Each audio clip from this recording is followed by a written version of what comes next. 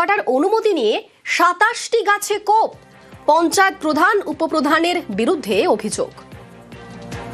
আরো একবার জানিয়ে রাখি, 4টি গাছ কাটার অনুমতি নিয়ে ২৭টি গাছে কোপ।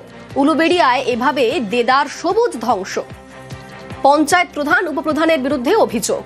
আমাদের সঙ্গে রয়েছেন প্রতিনিধি সন্তু। 4টি গাছের অনুমতি নিয়ে ২৭টি গাছ কিভাবে কাটা হলো, এই বিষয়ে কি বলছেন স্থানীয়রা, কি বা বলছেন পঞ্চায়েত প্রধান কিংবা উপপ্রধান?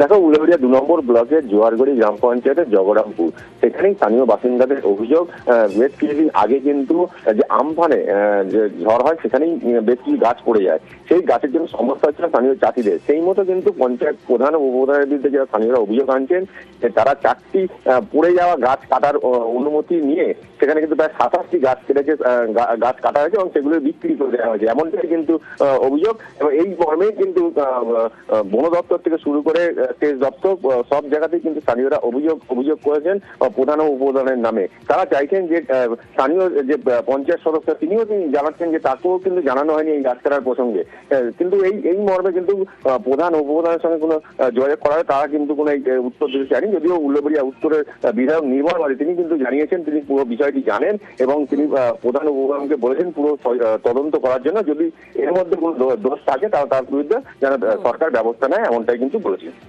বেশ, ধন্যবাদ। কতগুলো গাছ কাটা হয়েছে? ২৭টা। পারমিশন কটা গাছ ছিল? পারমিশন ছিল 4টে, তো ওরা ওটা এক্সটেনশন করে 11টা করেছিল, সেটা মোড়া গাছ। তো ওরা সেই অজুহাতে ২৭খানা গাছ কেটেছে। কারা করলো এটা? করলো আমাদের জয়গড়ি অঞ্চলের প্রধান এবং উপপ্রধান, এবং আমাদের বুথেরও কয়েকজন নাকি এদের সাথে জড়িত। এই গাছগুলোকে বিক্রি করে দেওয়া হয়েছে? গাছগুলো বিক্রি করেছে, সরকারি সম্পত্তি বিক্রি করে যে টাকা আত্মসাৎ করছে, এর বিরুদ্ধে আমরা প্রতিবাদ চাই। যেটুকু জেনেছি তাতে শুনেছি যে প্রধান উপপ্রধান ওখানকার পঞ্চায়েত বন দপ্তরের বৈধ পারমিশন নিয়ে গাছ কেটেছে এবং আমাদের গাছ অত্যন্ত মূল্যবান, একটি গাছ মানে একটি প্রাণ।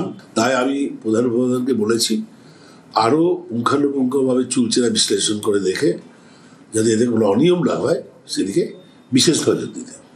প্রশাসনকে কি বলবেন? প্রশাসনকে বলবো যে আইন অনুযায়ী বিচার করতে, যদি কেউ শাস্তিমূলক অপরাধ করে থাকে তার শাস্তি বরাদ্দ করতে।